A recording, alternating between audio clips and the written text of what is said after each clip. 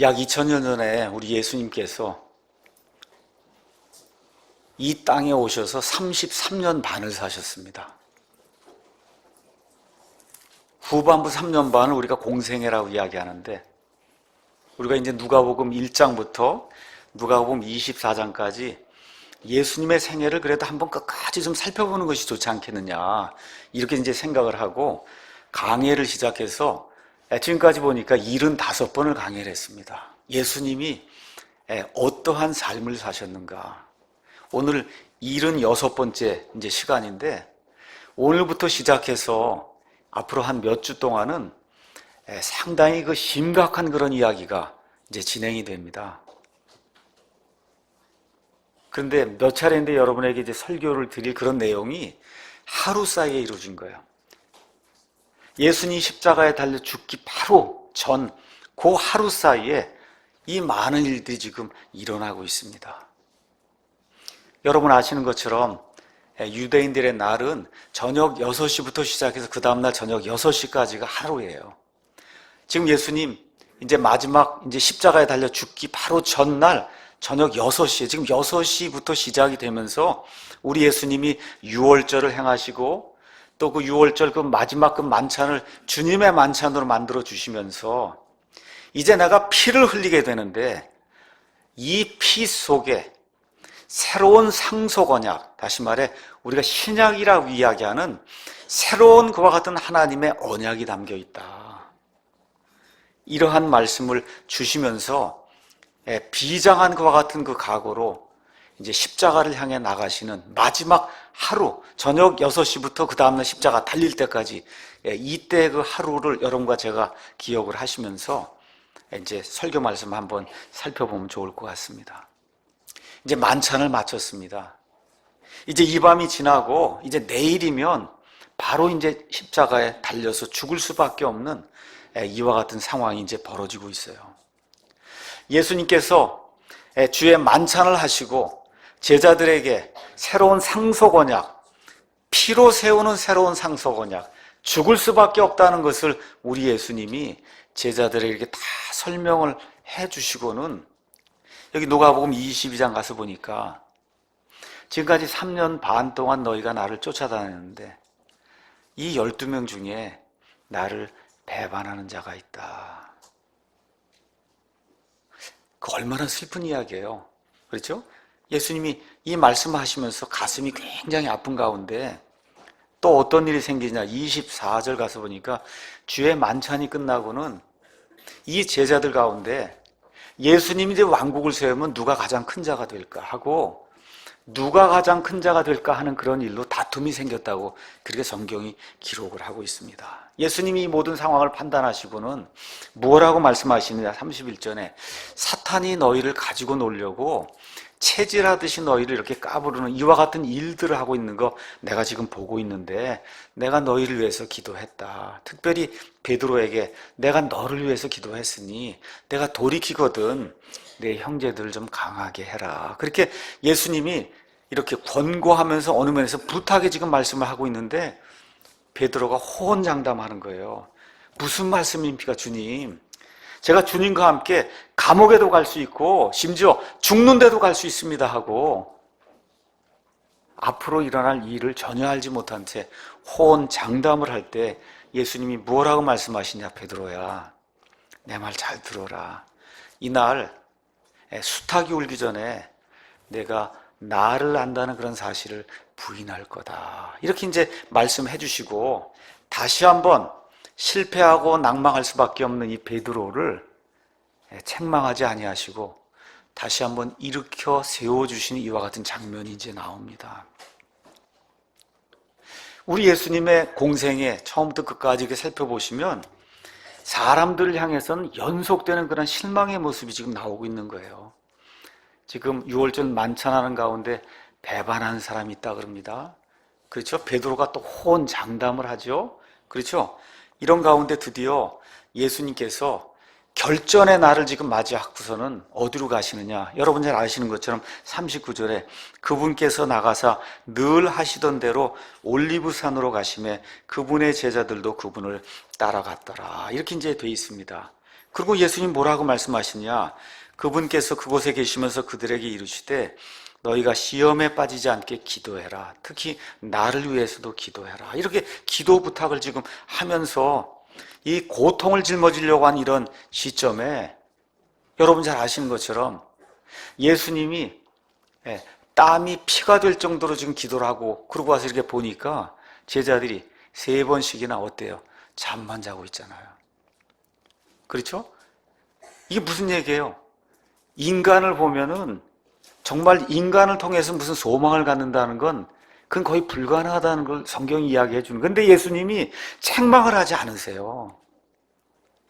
됐다. 이제는 자도 된다고 이야기하시면서 그러면서 이 겟세마네를 떠나시며 이제 십자가로 가시는 그런 모습이 이 안에 이제 기록이 되어 있습니다. 여기 나와 있는 이 세 제자들이 바로 저와 여러분의 모습이 아닐까 한번 생각을 해보세요. 어때요? 나는 그래도 의로운 사람이 아닐까? 베드로처럼 호언장담하는 그런 사람이 아닐까? 예수님 공생애를 가서 보니까 예수님 바로 죽기 전까지 십자가에 달릴 때는 제자들이 다 도망갔잖아요. 요한 하나 남고 다 도망갔습니다. 인간을 봐서는 인간에게는 전혀 소망이 없다는 그런 사실을 하나님이 우리에게 보여주시면서 그럼에도 불구하고 하나님이 사랑해 주시는 그 마음이 이 복음서에 기록이 되어 있는 거예요.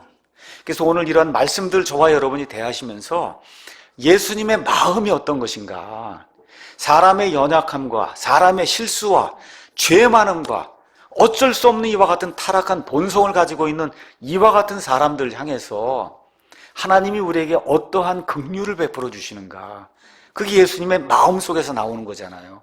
그 예수님의 마음을 다시 한번 생각해보는 그런 시간이 되면 좋을 것 같습니다.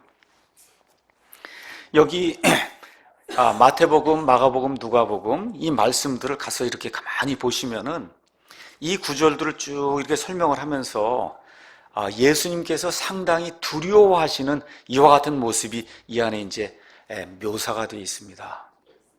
자, 3년 반 동안 예수님께서 어떤 일들을 하셨는가 우리가 한번 돌이켜보면 좋을 것 같습니다. 예수님 공생이 시작하면서 40일 동안 금식하셨어요. 마귀가 나타나서 시험하십니다.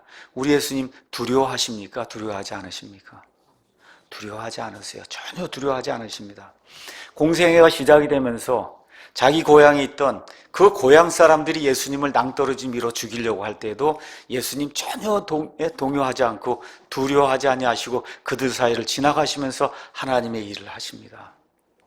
무덤 속에 거하는 흉악한 마귀 들린 자를 만났어요. 예수님 전혀 동요하지 않습니다. 수많은 종교 지도자들 향해서 예수님께서 하나님의 심판과 저주의 말씀을 선포하실 때 예수님의 얼굴 속에 두려움이라는 것 자체가 전혀 나와 있지 않아요. 예수님께서 성전 청소를 하실 때 그 예수님의 얼굴 모습을 한번 생각해 보세요.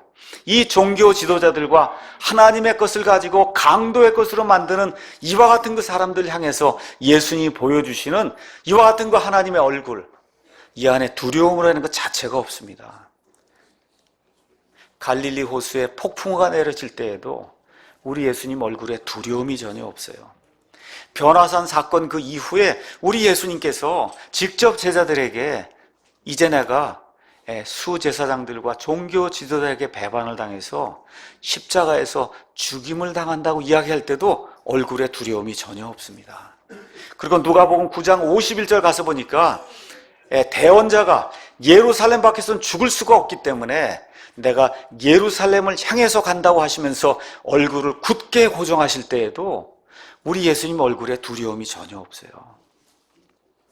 마지막 만찬 하시면서 여기 우리가 지금 나누는 이 유월절 어린 양, 이 유월절 어린 양이 피를 흘리고 죽어야 되는데 그게 지금 나를 가리키고 있다. 내가 곧바로 이 유월절 어린 양으로 죽임을 당해야 된다. 이 말씀을 하시면서도 예수님 얼굴에 전혀 두려움이 없습니다. 전혀 두려움이 없어요. 그런데 우리 한번 히브리서 5장 가서 보겠습니다.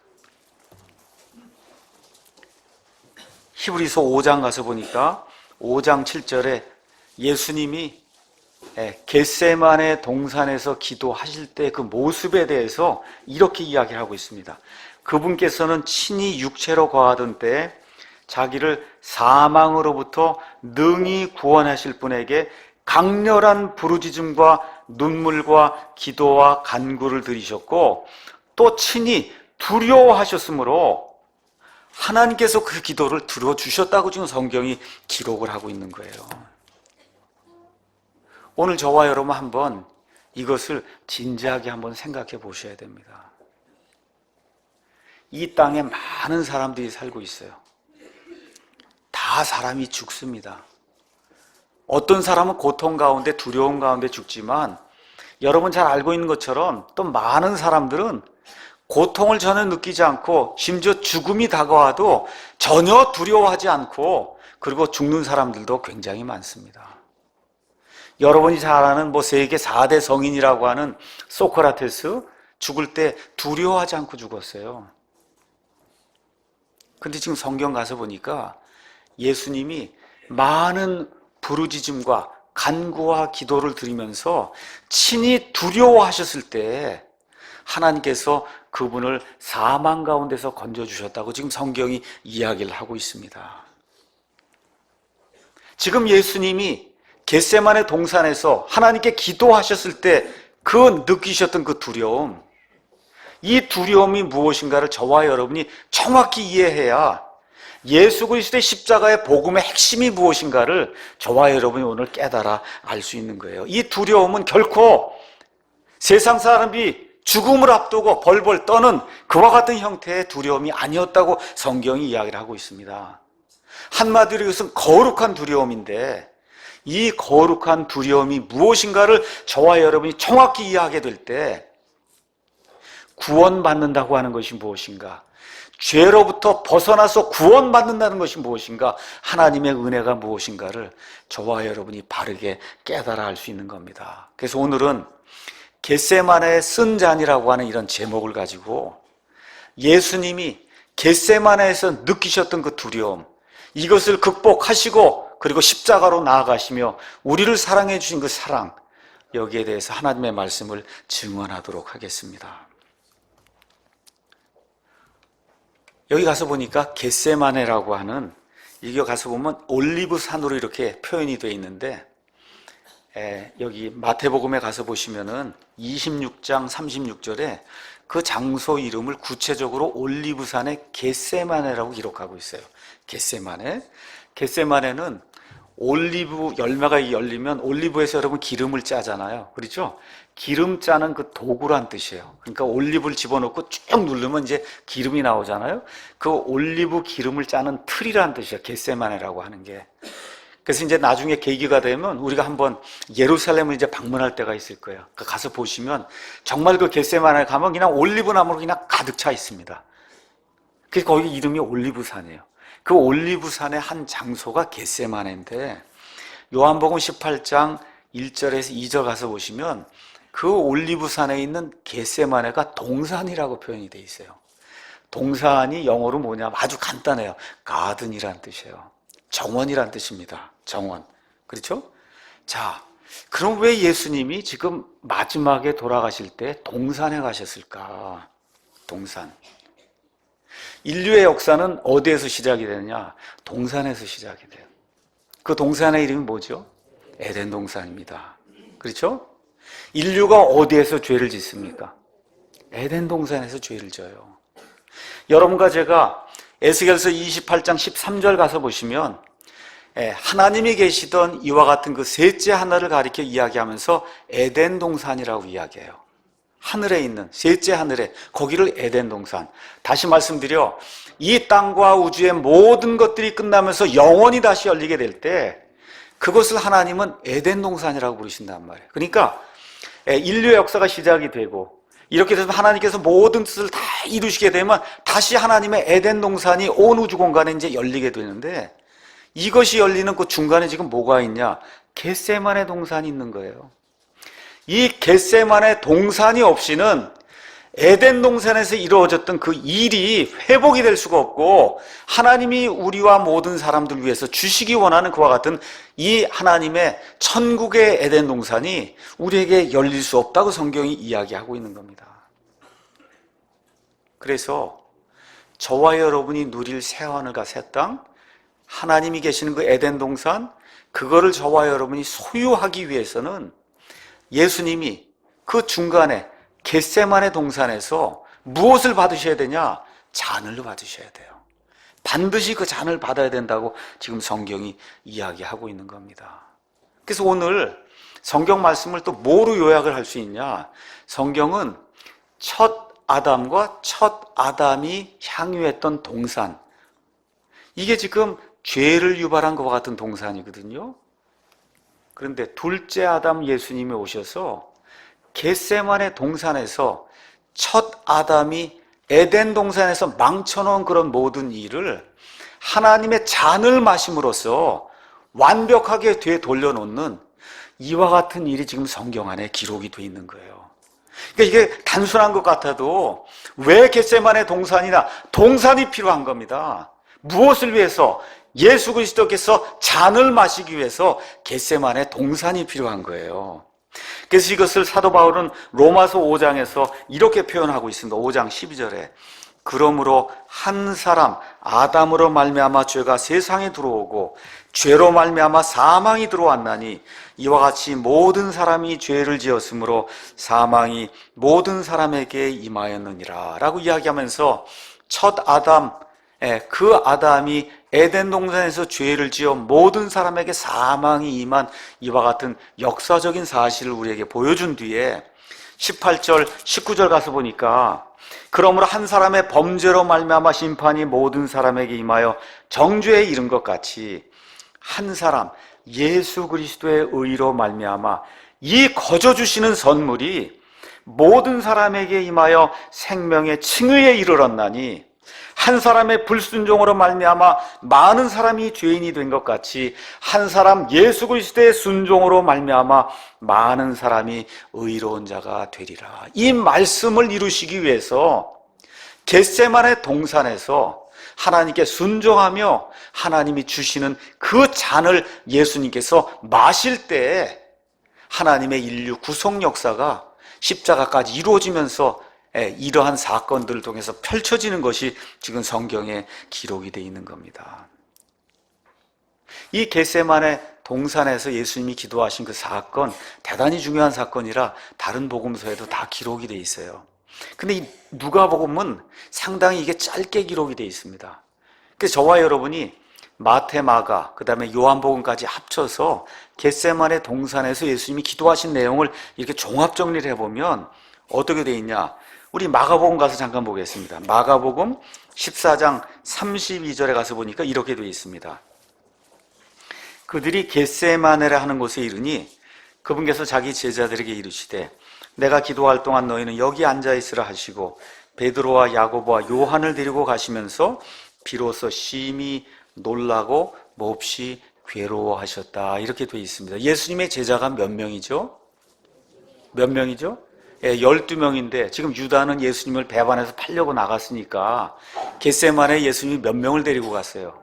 11명을 데리고 갔는데 그 11명 데리고 가서 다 기도하는데 데리고 간 게 아니라 8명은 거기다 남겨두시고 3명만 데리고 한적한 곳으로 가셔서 거기서 이들을 또 따로 떼어 놓으시고 예수님은 돌을 던지면 닿을 수 있는 그와 같은 거리에 가셔서 약 20m, 30m 정도 떨어진 그러한 거리에 가셔서 홀로 지금 기도드리는 그런 모습이 성경에 기록이 되어 있습니다.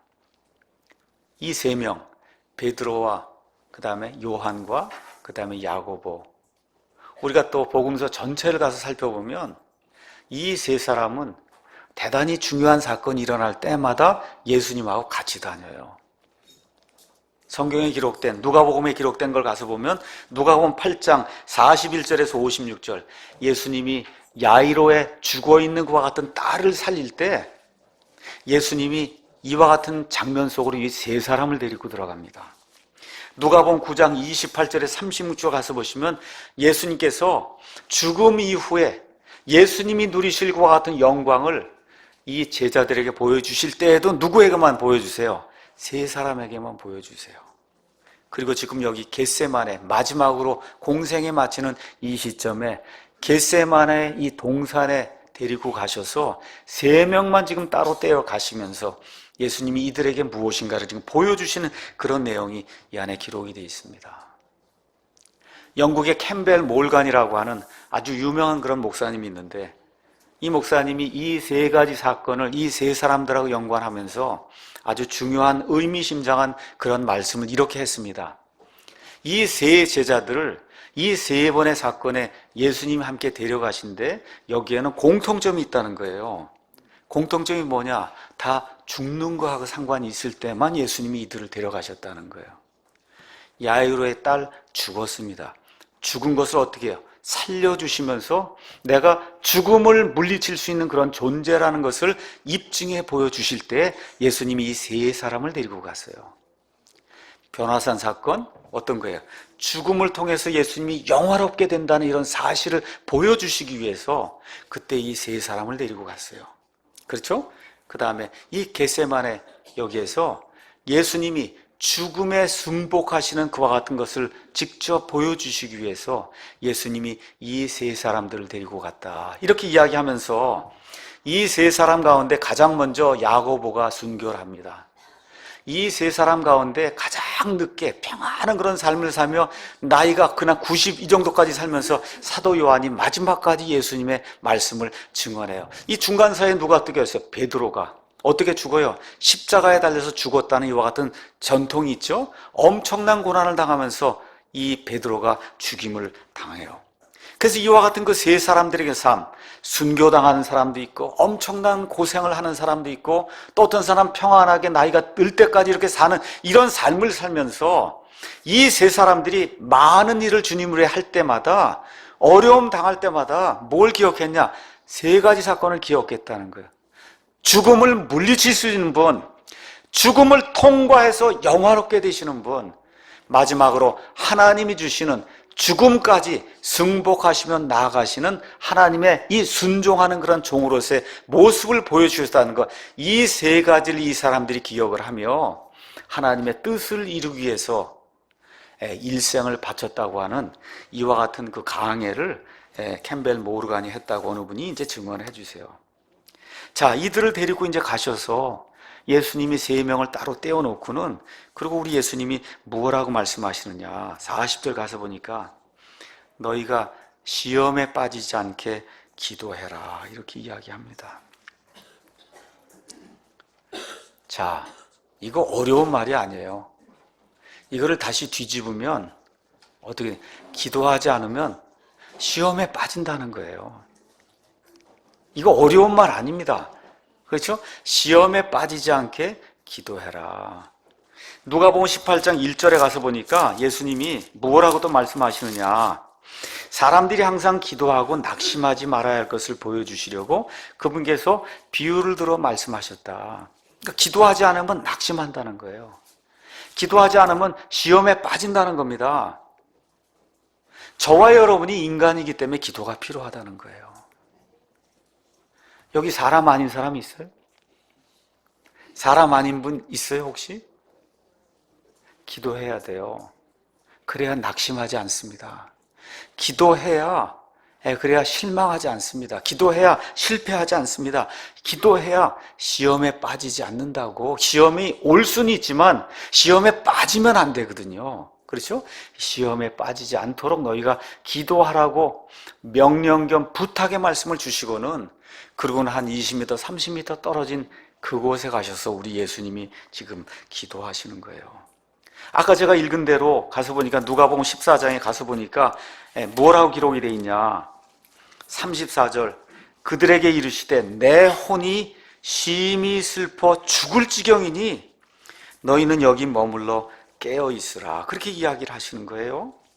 33절 가서 보니까 이 3사람을 데리고 가시면서 비로소 지금까지 한 번도 두려움을 느낀 적이 없는 그분이 비로소 심히 놀라고 몹시 괴로워하시며 내 혼이 심히 슬퍼서 죽을 지경이 됐다, 우리 예수님이 그렇게 표현하신 내용이 이 안에 기록이 되어 있는 겁니다.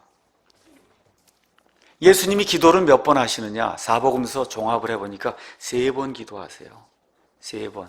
그 기도의 내용이 뭐냐? 42절, 아버지여, 만일 아버지의 뜻이거든 이 잔을 내게서 옮기시옵소서. 그러나 내 뜻이 아니옵고 오직 아버지의 뜻이 이루어지기를 원하나이다. 예수님이 왜 두려워하시냐? 뭐 때문에 그래요? 잔 때문에 두려워하시는 거예요. 잔. 그렇죠? 이 잔을 내가 마시지 않을 수 있으면 마시지 않도록 하나님이 도와주시길 바랍니다. 지금 몇 번 하시냐? 3번 하시는 거예요. 3번. 그래서 오늘은 잔이 무엇인가를 정확히 저와 여러분이 기억을 해야 됩니다. 많은 분들이 여기 나와 있는 잔, 이게 십자가에서 죽는 거다, 이렇게 생각을 하는데, 이렇게 생각하면 예수님 겁쟁이 지나지 않는 거예요. 이런 분 저와 여러분의 구원자가 될 수 없습니다. 여기 나와 있는 이 잔은 그런 의미의 죽음을 이야기하는 것이 아니다. 물론 거기에는 그런 의미의 죽음도 포함이 되어 있지만, 예수님이 이렇게 놀라시고 내 혼이 정말 죽을 지경이라고 이야기하시면서 예수님의 이 강렬한 이런 두려움을 표현하실 때, 이 두려움이 단순히 그냥 십자가에서 죽는 거, 이것 때문이라고 하면 저와 여러분의 구원자가 될 수가 없어요. 기독교의 예수님은 지금까지 존재했던 모든 사람 가운데 유일하신 분이에요. 어떤 분이냐? 참 하나님이요 참 사람이시다. 유일한 분입니다. 참 사람이기에 우시기도 하시고 굶주리기도 하시고 웃기도 하시고 책망하기도 하시고 분노하기도 하시고 참 사람이시기 때문에 사람이 가지고 있는 모든 것들을 다 이렇게 예수님이 느끼시고 저와 여러분 같이 공감하십니다. 자, 하나님의 측면을 생각하시면 예수님 앞으로 다가올 그런 모든 일 아십니까? 모르십니까? 다 아세요. 고난도 아십니다. 부활도 아십니다. 승천하는 거 아십니다. 앞날에 어떤 일이 생길지 우리 하나님이 왜 모르시겠어요? 그렇죠? 그럼에도 불구하고 지금 이 시간 우리 예수님 첫 번째로 육체의 죽음을 예수님도 당하셔야 되는 거예요. 그렇죠? 근데 단지 육신의 죽음 때문에 두려워하신 것이 아니다. 가서 보니까 혼이 죽을 지경이라고 그랬어요. 혼이 죽을 지경이다. 지금 성경이 그렇게 표현하고 있는 겁니다. 그래서 먼저 육체의 죽음에 관한 하는 히브리서 4장에 그 예수님의 죽음에 대해서 이렇게 이제 표현했습니다. 한번 가서 보겠습니다. 히브리서 4장 가서 보니까 예수님의 그 육신의 죽음에 대해서는 4장 14절에 그런즉 우리에게 위대하신 대제사장 곧 하늘들로 돌아가신 하나님의 아들 예수님이 계신 줄 알므로 우리가 우리의 신앙 고백을 굳게 붙들자. 우리에게 계신 대제사장 예수님은 우리의 연약함의 감정을 몸소 우리와 함께 같이 느낄 수 없는 그런 분이 아니요, 모든 점에서 우리와 같이 똑같이 시험을 받으셨을 때 죄는 없는 분이시다, 이렇게 이야기하는 겁니다. 예수님이 저와 여러분의 구원자가 되기 위해서는 첫째, 저와 여러분이 느끼는 연약함의 감정을 예수님이 공감하실 수 있어야, 그래야 저와 여러분을 구원하실 수 있다는 거예요. 여러분, 남을 도와주려고 하는데 그 사람의 고통이 무언가를 알지 못하는데 어떻게 남을 진정으로 도와줄 수가 있어요? 그렇게 도와준다는 건 위선이죠. 맞습니까? 우리 인간이 가지고 있는 가장 큰 아픔이 뭐냐? 죽음입니다. 그렇죠? 이 죽음을 예수님이 맛보지 아니하고 내가 너를 사랑한다? 있을 수 없는 일이에요. 그렇기 때문에 인간이 느끼는 가장 큰 아픔, 가장 연약함, 그러면 죽음이거든요. 그 연약함의 감정을 우리 예수님이 같이 공감하실 수 있는 분이기 때문에, 그렇기 때문에 우리가 느끼는 이런 어려움과 고통을 가지고 주님 앞에 나가서 주여 도와주십시오 할 때 그 예수님이 저와 여러분의 이 아픔을 느끼셨기 때문에 도와주실 수 있다는 거예요. 16절, 그러므로 예수님이 우리의 아픔을 공감하실 수 있기 때문에 우리가 긍휼을 얻고 필요한 때 도우시는 은혜를 얻기 위해 은혜의 왕좌로 담대히 갈 것이니라. 이래서 기도해야 된다는 겁니다. 예수님이 저와 여러분의 어려움, 경제적인 어려움, 가정생활의 어려움, 이 세상 살아가는 동안에 우리가 느낄 수 있는 모든 어려움, 예수님도 인간이시기 때문에 심지어 굶주림 당하는 것까지, 심지어 죽는 것까지 우리 예수님이 다 체험하셨기 때문에 저와 여러분이 당하는 그런 모든 어려움을 직접 느끼셨기 때문에 우리를 구출해 주실 수 있다고 성경이 우리에게 이야기하고 있는 겁니다. 자, 그런데 단지 여기에서 끝나면 이 세상에 십자가에 죽는 사람이 한두 명이 아니잖아요. 그렇지 않습니까? 여기에서 끝나는 이와 같은 두려움이 있다고 그러면 그거는 이 겁쟁이로서 정말 하나님의 구원자로서 그런 느낄 수 있는 그런 두려움이 전혀 아닌 겁니다. 또 어떤 분들이 그래요. 이제 몇 시간 지나면 예수님 붙잡혀서 수염이 뜯기고 와서 사람들이 침을 뱉고 그 많은 모욕과 비방을 이제 당해야 되니까 예수님이 두려워한 거 아니냐. 물론 그것도 있습니다. 그게 있어야 저와 여러분을 구조하실 수 있어요. 그것으로 끝나는 것이 아니다. 성경이 무엇라고 이야기하느냐. 예수님이 이제 죽는 바로 그 순간에 예수님이 뭐가 되냐. 고린도전서 5장 21절에 하나님께서 죄를 알지 못하신 그분을 우리를 위하여 죄가 되게 하신 것은 우리가 그분 안에서 하나님의 의가 되게 하려 하십니다. 예수님 죄를 아십니까? 모르십니까? 죄 아세요? 예수님 안에 죄가 있어요? 없어요? 없어요. 죄를 지을 수 있습니까? 없습니까? 없어요. 예수님의 속성상 죄를 지을 수가 없어요. 그러니까 예수님하고 가장 상극이 뭐냐? 죄거든요. 예수님이 죄인이 된 게 아니라 성경 가서 보니까 예수님하고 우주 공간에서 제일 끝에 있는 게 뭐야? 그게 죄인데, 그렇죠? 그 순간에 뭐가 돼야 돼요? 죄가 돼야 된다는 거예요. 죄가 되면 어떤 일이 생기냐? 하나님이 고개를 돌려서 외면하시. 하나님이 죄는 못 봐요. 우리 지금 예수님이 마셔야 될 잔이 뭐냐? 저와 여러분이 져야 될 이와 같은 이 죄의 속박, 그렇죠? 죄의 어려움, 죄의 저주, 이거를 우리 예수님이 지시기 위해서 하나님이 주신 이 잔을 마셔야 되는데 그 잔이 뭐예요? 예수님이 죄가 돼야 된다는 거예요. 그럼 죄가 되면 어떤 일이 생기냐? 로마서 6장에 뭐라 그래요? 죄의 삭은 뭐라고 이야기합니까? 사망이다. 여기 나와 있는 사망은 뭘 얘기하는 거예요? 둘째 사망을 이야기하는 거예요. 둘째 사망은 영원 무궁토록 하나님과 영원히 분리되는 것을 성경은 둘째 사망이라고 이야기하는 거예요. 우리 예수님이 두려움 속에서 지금 하나님께 간구하는 이유가 뭐냐?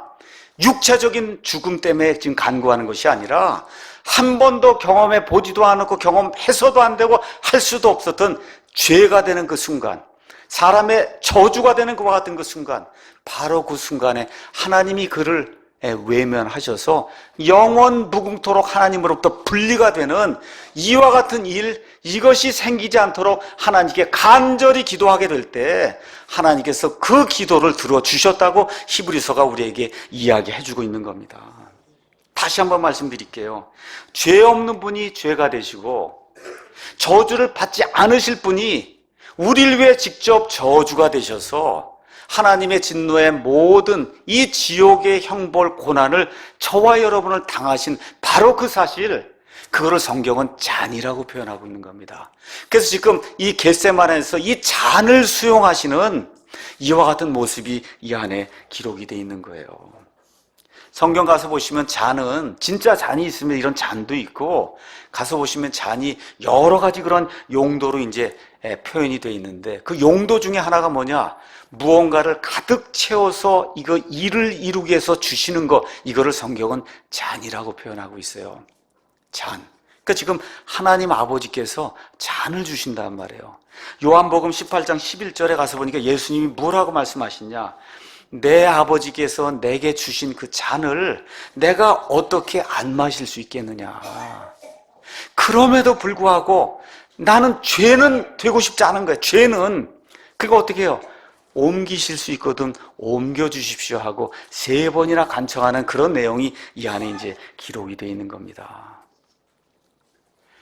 예수님의 이 고통, 이 죄 때문에 느낀 이와 같은 두려움이 얼마나 컸던지 여기 누가복음에 가서 보니까 무엇라고 기록이 돼요? 43절에 하늘로부터 한 천사가 그분께 나타나 그분을 강건하게 했다. 이 육신이 견딜 수 없을 정도로 예수님이 처절하게 지금 마지막 이 잔을 수용하시기 위해서 고군분투하게 될 때 하나님의 천사가 나타나서 그분을 강건하게 했다. 천사가 죽었으면 문제가 안 생기는 거예요. 근데 여러분, 천사는 죽을 수가 없잖아요.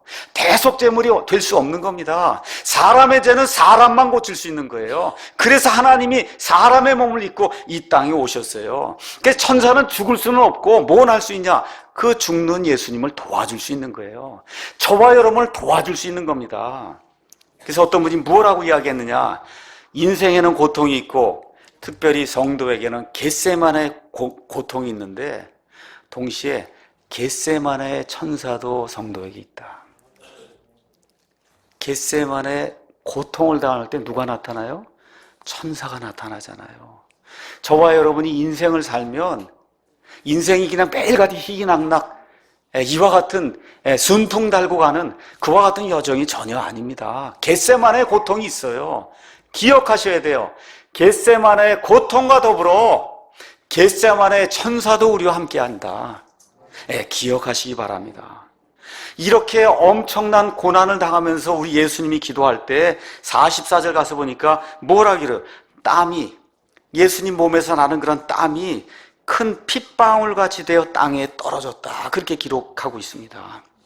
이거 누가 기록을 한 거냐 하면 누가가 기록을 한 거예요.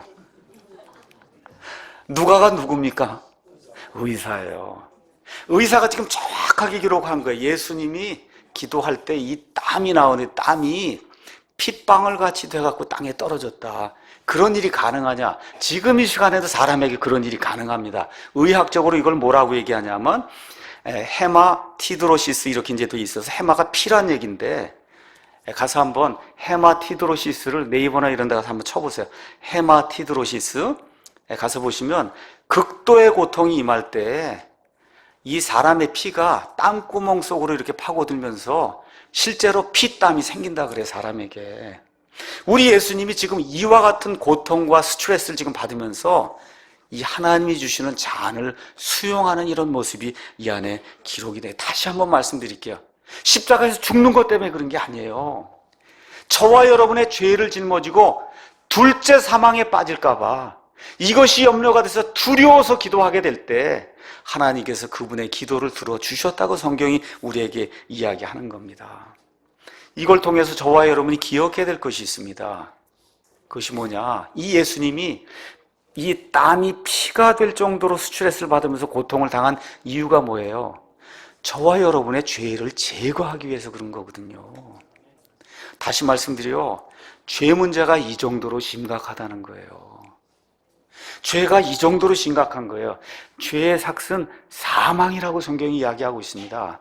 하나님으로부터 영원히 분리가 되는 거예요. 저와 여러분은 죄를 가볍게 여기지만 하나님은 죄를 심각하게 여깁니다. 어느 정도로 심각하냐? 하나님의 아들이 이 엄청난 스트레스를 겪으면서 땀이 핏방울이 될 정도로 육신이 감당할 수 없을 정도가 되니까 하나님의 천사가 나타나서 그분을 강건하게 하실 그럴 정도로 하나님이 죄를 미워하신다. 이 죄 문제를 해결하시기 위해서 예수님이 이 땅에 오신 거예요. 사람의 저주를 해결하시기 위해서 이 땅에 오신 겁니다. 저와 여러분의 죄를 완전 무결하게 단번에 영원 무궁토록 지우시기 위해서 예수님이 이 겟세마네에서 하나님이 주시는 그 잔을 수용하신 거다. 이거를 꼭 기억하셔야 됩니다. 누구에게 기도하냐? 42절에 가서 보니까 아버지 하고 기도하는 거예요. 아버지. 여러분, 여러분에게 아버지가 있습니까? 이런 고통당할 때 여러분 아버지 하고 부르실 수 있는 분 있으세요? 여러분? 누구에게 기도하셔야 돼요? 아버지에게 기도하셔야 됩니다. 아버지가 있어야 돼요. 아버지가 없는 분 오늘 이 시간 구원받아야 됩니다. 이렇게 어려움과 고통이 임할 때 인생에 낭망되는 이와 같은 시간이 임할 때 누구에게 나가야 돼요? 아버지 하고 아버지께 나가야 되는 거예요. 그러면서 예수님이 뭐라고 얘기하시냐? 아버지의 뜻이면 이 잔을 치워주시기 바랍니다. 아버지의 뜻이면 이 저주와 죄와 이 모든 고통과 이런 거 아버지의 뜻이면 이거 사실 예수님하고 상관없는 거잖아요. 예수님 무슨 죄를 졌어요? 죄가 없는 분이에요. 죄를 지을 수 없는 그런 분인데 죄와 저주가 예수님에게 임하게 될 때 예수님이 아버지의 뜻이면 그리고도 맨 마지막에 뭐라고 말씀하세요? 아버지의 뜻이 이루어지길 원합니다. 저나 교회와 또 킹잼 성경 쓰는 많은 사람들이 고통 가운데 있습니다. 저와 여러분이 기도하면서 하나님의 은혜를 간구하는데 맨 마지막에 뭘 기도하셔야 돼요? 아버지의 뜻이 이루어지길 원합니다. 아버지의 뜻이 이루어지길 원합니다. 나라가 고통 가운데 있어요. 국론이 분열되고 이 상처를 어떻게 치유할지 알지 못할 정도로 지금 어려운 가운데 있어요. 기도합니다, 우리가. 맨 끝에 하나님께 뭐라고 하셔야 돼요? 하나님의 온전한 뜻이 이루어지기를 간절히 원합니다. 내 생각은 이럴 수 있고 내 생각은 저럴 수 있지만 맨 마지막에 궁극적으로 지난 70년 동안 이 나라를 지켜주셨던 그 하나님께서 온전하게 이 나라를 지켜주실 줄로 믿습니다. 하나님의 뜻만이 온전하게 이루어지길 원합니다 하고 우리의 모든 것들을 내어놓고 하나님 앞에 겸손하게 기도하셔야 됩니다. 이렇게 피땀을 흘리며 기도하시고 돌아왔는데 3번 돌아올 때마다 어때요? 이 사람들이 성경 가서 보니까 피곤해서 잠을 잤다 그렇게 이야기합니다. 근데 예수님이 어떻게 말씀하시냐? 시험에 빠지지 않게 기도해라. 다시 한번 말씀하세요. 46절 너희가 어찌하여 자느냐? 너희가 시험에 빠지지 않게 일어나 기도해라. 책망하십니까? 여러분 이거 책망이에요? 뭐예요? 불쌍히 여기는 거잖아요. 그렇죠? 불쌍히 여기는 거예요. 저와 여러분이 여기는 세 사람하고 동일한 존재입니다. 뭐 하나님 위해서 뭐 한다고 하는데 실질적으로 어려운 데 가면 육신적으로 영적으로 모든 것이 힘들어서 이렇게 잠잘 수밖에 없는 그런 존재인데 예수님이 책망하지 않습니다. 다시 한번 뭐라 그러세요? 너희가 시험에 빠지지 않게 일어나 기도해라. 오늘 우리가 첫 번째로 예수님의 잔을 살펴봤습니다. 두 번째는 가룟 유다의 키스를 생각해 보려고 그래요.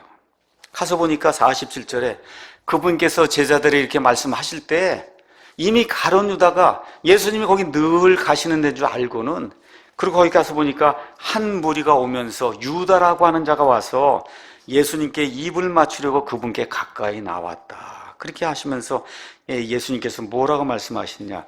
유다야, 내가 입맞춤으로 사람의 아들을 배반하느냐 하면서 가룟 유다가 배반하는 그런 내용이 나오고 거기 52절 가서 보니까 가룟 유다가 누구를 데리고 오느냐? 성전의 경비대장들, 그렇죠? 수제사장들, 많은 무리를 지금 데리고 나온 거예요. 예수님을 잡으러 오면 예수님이 폭력으로 항거할까봐 지금 이 폭력배들을 지금 데리고 지금 예수님을 잡으러 온 겁니다. 여러분, 입맞춤이라고 하는 거 우리 애도 그렇고 그렇죠? 입을 맞추잖아요. 입 맞추는 게 뭐예요? 마음의 기쁨이 입으로 분출되는 게 그게 입 맞추는 거예요. 맞습니까, 여러분? 그걸 키스라고 이야기하는 거예요. 좋은 거예요, 나쁜 거예요? 이거 여러분 개나 고양이가 뭐 입 맞추는 거 없거든요. 인간의 그 마음 속에 기쁨이 넘치게 될 때 그걸 입으로 분출하는 게 그게 키스예요. 그 당시 유대인들의 풍습은 좋은 사람 만나면 남자와 남자끼리도 입을 맞추고 여자와 여자끼리도 입을 맞추고 제자와 스승 사이에도 입을 맞추고 입 맞추는 게 그렇게 좋은 겁니다. 성도들끼리도 입 맞추라고 성경이 이야기하고 있어요. 유대인 성도들에게. 그런데 그 입 맞춤을 가지고 와서 자기 주인이여 자기의 스승 그 예수님을 지금 배반하는 모습이 이 안에 기록이 돼 있어요. 근데 이것도 뭐냐? 이것도 예수님이 마셔야 될 잔이에요. 저와 여러분이 믿음 생활하는 가운데 옆에 있는 성도들 때문에 이와 같은 입맞춤에 쓴 잔을 마셔야 될 때가 있을 수가 있습니다. 이것도 어때요? 저와 여러분이 감당을 해야 된다. 마지막으로 세 번째는 여기 가서 보니까 베드로의 칼이 나옵니다. 베드로의 칼. 제자들이 지금 상황을 오판한 거예요. 저 사람들이 저렇게 나오면 우리가 칼로다가 싸워서 주님을 구출해야 되겠구나. 그래서 그 중에 성미가 가장 급한 베드로가 나서서 어떻게 합니까? 대제사장의 종, 이름이 뭐예요? 말고의 오른쪽 귀를 그냥 급작스럽게 내려쳐서 귀를 자르는 이와 같은 일이 그 안에 발생한 거예요. 베드로가 22장 33절에 뭐라고 이야기합니까? 베드로가 주여 내가 주와 함께 감옥에도 죽는데도 갈 각오가 되어 있습니다. 그렇죠? 이걸 지금 실천을 하는 겁니다. 자, 다시 한번 베드로 모습을 잘 보셔야 돼요. 기도하라고 하면 자죠. 그렇죠? 들으라고 하면 말합니다. 그렇죠? 두려워해야 되고 이렇게 할 때 자랑하고, 지금은 여기 예수님 말씀대로 어둠의 때가 돼서 이제 우리가 승복해야 될 이때 가서 싸운단 말이에요. 지금 베드로가 지금 이런 사람이에요. 예수님 뭐라고 말씀하시냐? 잘못된 무기로 원수가 아닌 자들아. 지금 여러분 대제사장이 종이 원수입니까? 원수 아니잖아요. 그냥 쫄랑쫄랑 지금 따라온 거예요. 지금 가자고 하니까. 저와 여러분이 믿음 생활을 하는 가운데 이 폭력을 가지고 원수가 아닌 자의 귀를 내려치는 이와 같은 일을 하면 안 된다고 성경이 이야기하는 겁니다. 성경 말씀 가서 보니까 우리의 싸움은 살과 피와 대한 것 같은 전쟁이 아니라 하늘의 영적인 처소들에 있는 악한 영들과의 전쟁이라고 이야기하고 있어요.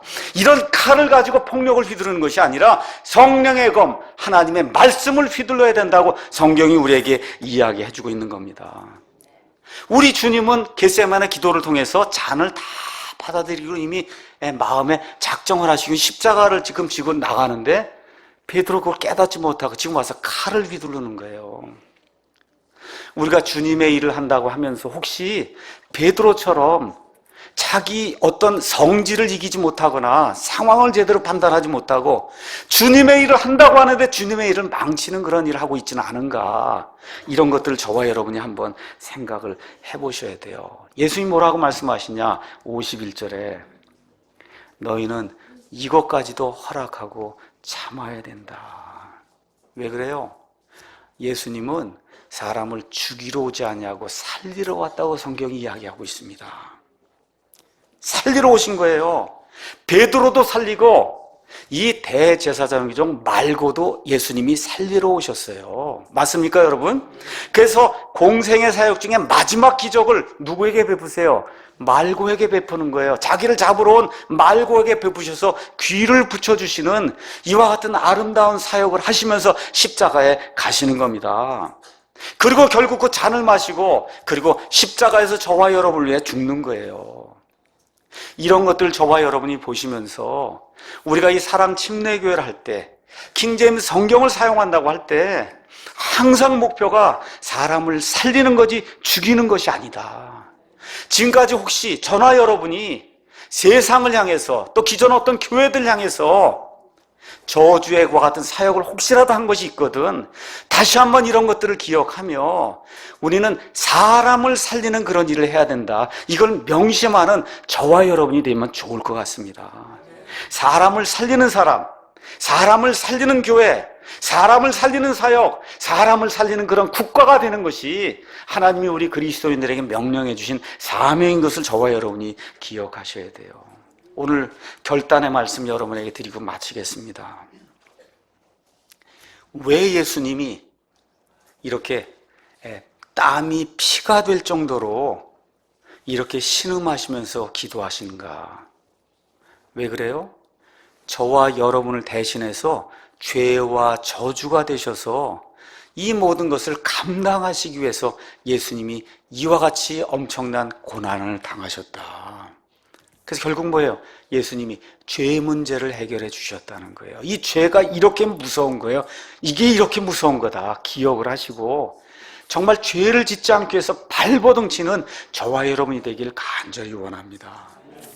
두 번째, 그래서 예수님이 이렇게 잔을 마시는데 유다는 입맞춤으로 자기의 스승을 배반하고 하나님의 일을 이렇게 대적하는 그런 일을 하죠. 무슨 얘기예요? 배신의 삶을 살았다는 겁니다.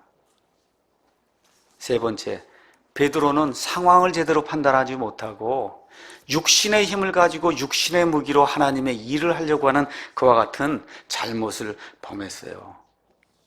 이 와중에 우리 예수님은 처음부터 끝까지 하나님의 뜻에 살기 위해서 하나님의 뜻을 구하고 맨 마지막에 하나님의 뜻이 이루어지길 원합니다 하면서 예수님은 잔을 취하셨습니다. 그래서 오늘 기억하셔야 돼요. 나는 유다의 키스를 취할 사람인가? 아니면 나는 베드로의 칼을 취할 사람인가? 아니면 나는 예수님의 잔을 취할 사람인가? 세 가지. 유다의 입맞춤, 베드로의 칼, 예수님의 잔. 이 셋 중에 나는 무엇을 택할 사람인가 오늘 결단하시기 바랍니다. 그래서 예수님의 잔을 취하는 그런 사람들에게 하나님이 우리에게 놀라운 축복의 말씀을 로마서 8장 26절에 이렇게 기록해 주십니다. 성도들이 마땅히 기도할 바를 알지 못하나 성령님께서 신음하며 저와 여러분을 위해 중보 기도해 주신다. 예수님이 겟세마네에서 신음하시며 죄 문제 해결해 주셨어요. 지금 구원받은 이후에 하늘에 저 성령님께서 신음하시며 저와 여러분을 위해서 중보 기도해 주시는 겁니다. 이런 내용들을 기억하시면서 예수님이 주신 그 잔을 나도 받으며 사람을 살리는 그와 같은 성도가 되어야 되겠다고 작심하고 하나님께 약속하고 그 약속을 이루려고 노력하는 저와 여러분이 되기를 예수님의 이름으로 축원합니다. 기도하겠습니다.